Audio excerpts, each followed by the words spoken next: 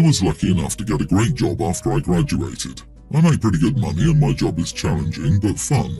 Some of my friends didn't bother with college and some who did chose less lucrative fields. I'm not rich or anything, I'm not buying a Porsche anytime soon. I have a good salary and very few bills since I still live at home. I got a nice hiring bonus when I was recruited, and I took my friends out for what I made clear was a one-time celebration. Every once in a while I get together with my friends and go to a restaurant. We usually end up splitting the bill. I don't drink a lot, so I might have a beer with my meal, but that's it. I know they don't all have disposable income as I do, so I usually also cover the tip, but they tend to go overboard. Like one girl orders 5 or 6 drinks throughout the meal, and she will order appetizers for the table. I never eat the appetizers because they're almost always deep fried and I tend to avoid that stuff. It's also common for one of us to leave and just cash app or leave money for the bill. Last Saturday we went out to a nice Mexican place. The food was excellent and my margarita was delicious. That girl brought her girlfriend and some guys brought their girlfriends. I mentioned that I had to have an early night. So after we finished eating, I hung around until everyone started ordering more drinks and desserts and stuff. And I'm not joking here, one girl ordered a to-go meal for her roommate. I excused myself and went to the bathroom. Afterward, I paid my bill at the front of the house and bailed. I started getting texts about 45 minutes later. The bill came and they wanted to split it. I told them I'd already paid and had to leave. My bill was $55 including the tip. The 3 guys and the girls were going to be splitting the remaining $640. They wanted to split their gas bills as well. The other guy who didn't invite someone was saying it wasn't fair for him to split the bill when I didn't. I said that I'd paid for my food bill and wouldn't give more. They ended up each paying their own bill and one guy ended up paying for his dates and her roommate's food. He's especially salty about the situation. The other single guy also ended up just paying for his stuff, which is also in their bad books. I feel bad for leaving them without saying goodbye, but if I'd stuck around, I'd be subsidizing food for strangers. So, am I the idiot for doing an Irish exit? He is especially salty about the situation. Poor guy. He was trying to get everyone else to pay for it and failed. He'd also be salty if he tried to steal $100 out of your wallet and you caught him. Not the idiot. Yes, it would have been better to be more direct, but the reason for their upset isn't because you left without saying anything. It's for failing to subsidize their greed. So if you want to hang around these people again, just be blunt from the start that it's separate checks. Funny how his date and her roommate didn't pay in either. Maybe he should be salty at them instead. Oh, and someone took the takeout meal. Some folks are so damn cheeky. But I feel you should have gone back to the table and said, I paid for my portion, good to see you guys, I have an early morning. Besides that, you're not expected to pay anyone else's bills, so they have no cause to be upset. There wasn't a single complaint about the Irish goodbye, just that there were problems splitting the bill. Also, in the age of Venmo, who splits a bill evenly anymore? I've never seen anyone under 40 want to do that unless they were trying to get others to cover their excess. They're salty because they over-imbibed. Some others foot some of the bill. Nice job, OP. My husband and I have 2 kids, my stepdaughter teen and our son young child. My husband's family and I don't get along. Honestly, we're all at fault for that. When I first met them, I thought they were a bunch of snobs, so I didn't act very friendly toward them, and they are in fact a bunch of snob idiots, so they weren't very friendly to me either. We got into a lot of fights, and it was awful, to the point that they said they didn't want to have anything to do with me, my husband, or any of our future kids. They only wanted to stay in touch with my husband's daughter, who was 4 back then. My husband agreed because he thought it would be unfair for his daughter to lose her family because of us. It's now a problem for us because my son has started to notice that he's being treated unfairly. He hasn't even met my husband's siblings. All he knows is that his sister gets a lot of good gifts for Christmas, birthdays and other occasions, and he doesn't. For Christmas, they bought a PS5 for her. We made it clear to her that since she needs to use our TV to play, she has to share it with her brother. Of course, she threw a tantrum that it was her console and he was going to break it, but she finally agreed. 4 days ago was my stepdaughter's birthday, and guess what she got? A TV. I told my husband this had to stop. We can't let them treat our son like that. We told them that unless they start treating the kids equally, they won't be able to see stepdaughter again. They became outraged and called us idiots for taking their child away. They kept sending texts and calling us different names, so we had to block them. When we told stepdaughter she had another tantrum, she was crying and yelling at us for an hour. She hasn't been talking to us in 4 days, doesn't come out of her bedroom, and is crying the entire time. My husband thinks we're idiots and should just let her see his family, but I'm not sure. Am I the idiot?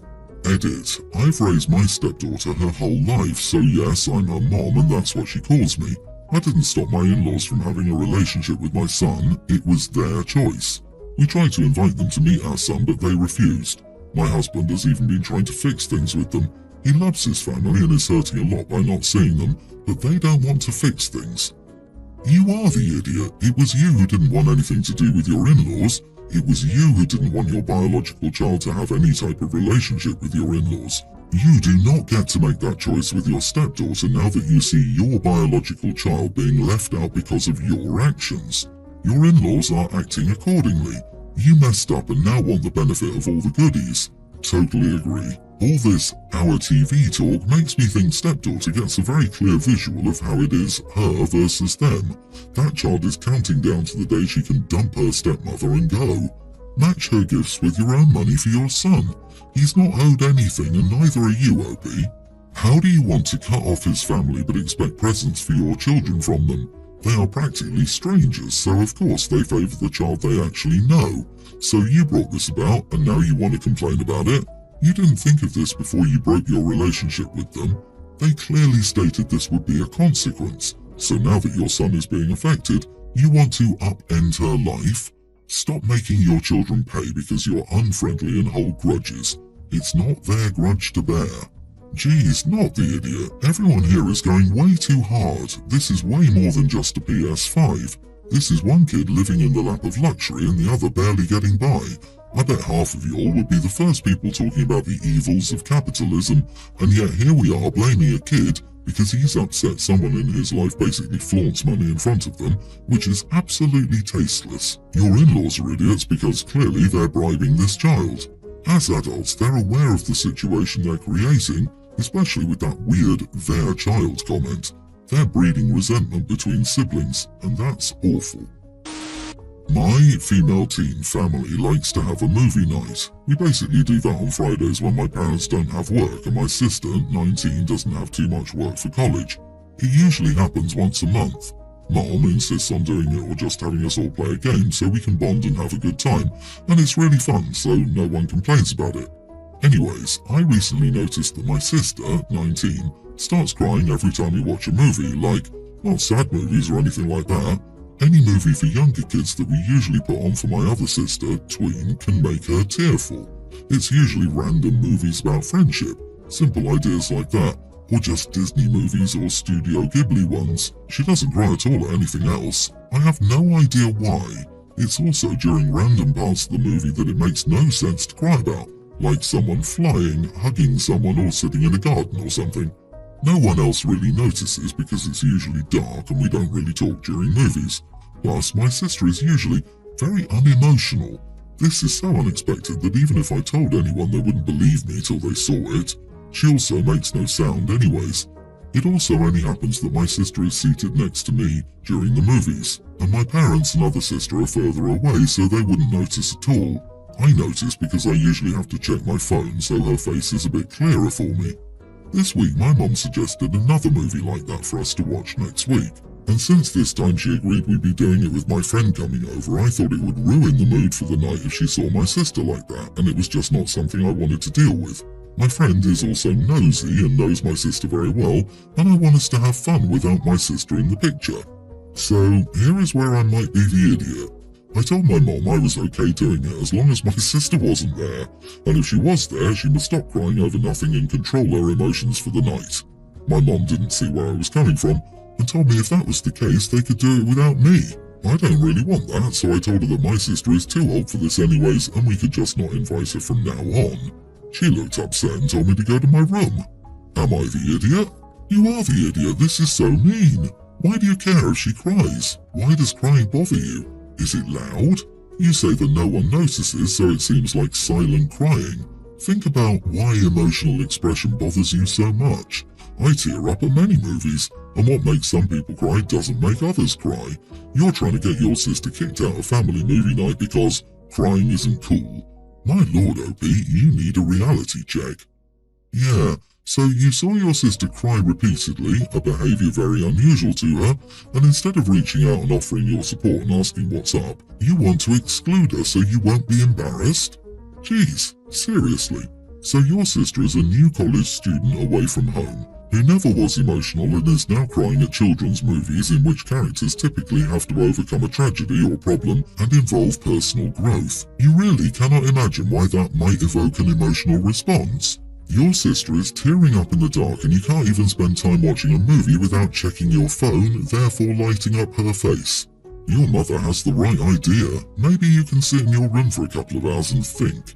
If tears make you uncomfortable, you need to do the inner work to discover why you fear public displays of human emotion. My tween son goes to a skate park after school with his friends, including his cousin, my nephew Jack, who's also a tween. I went to pick up both boys when I saw a crowd of kids by the fence. I went over and asked what was so interesting and they pointed to a snake. Not just a snake, but a rattlesnake. They'd never seen one before outside a zoo, and I assumed they were trying to get it to strike because they didn't think they'd get bit. I told them all to get away from it, and they did, except Jack, who actually got closer to it with his phone. I think he wanted to get a close-up video of the snake striking. I yelled at him to get away and he told me to hold on. I took him by his arm and pulled him away. He gave me this angry stare. I told him what the heck, that snake could kill you. He gave me the silent treatment until his mom picked him up. Then 20 minutes later she called me up in a rage about how I grabbed him and did this and that and hurt him etc. and I'm not his dad. I asked her if her sweet angel had told her about the rattlesnake he was provoking. She said, "What snake?" I hung up. She called up again and said that I still owed her and Jack an apology for handling him. I told her to screw off and check his phone and see if I did any of that stuff, as his camera was recording everything.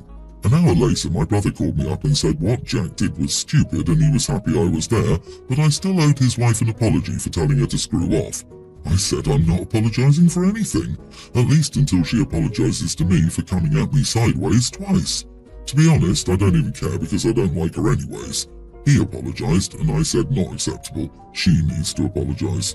Not the idiot. Your sister-in-law needs to apologise and learn that you don't just listen to kids and then go nuclear.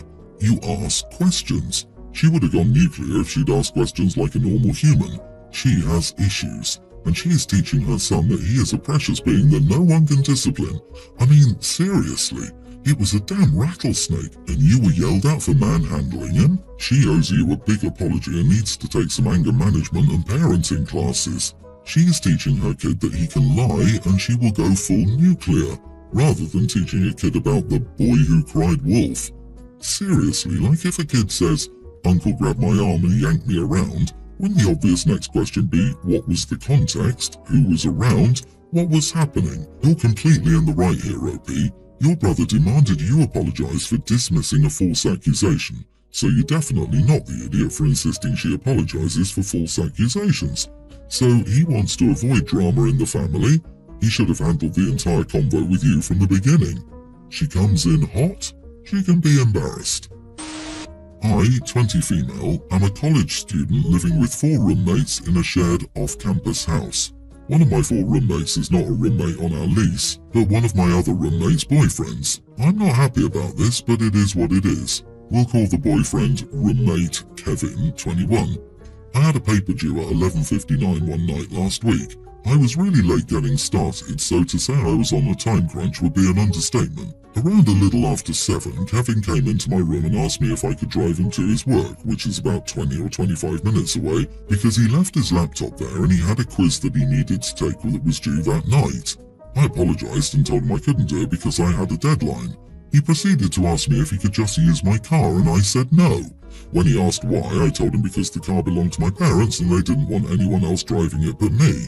Kevin got very angry and told me that I was being unreasonable because it would only take about 45 minutes and we'd be back home before 8, and that if he took my car, he was just going to go straight there and back. I said that I was sorry but I couldn't help him, and he sulked out of my room and slammed the door. I actually started to feel really bad and was going to offer to take a break after I got to a good point in my paper to take him. Then I heard him in the next room complaining to his girlfriend on the phone about me and calling me all kinds of nasty names, so I just put my headphones in and concentrated on my paper. About an hour passed by and he came back into my room and asked me if I could send him money for an Uber to go pick up his laptop. I said, no, why would you take money from a witch? And basically repeated all the names he called me. He then tried to apologise and say that he was just stressed out and that he didn't mean it. I said no again and he lost it. I packed up my laptop and some clothes and went to my boyfriend's house to stay the night and finish my paper, which I finally managed to submit at 11:45, thankfully.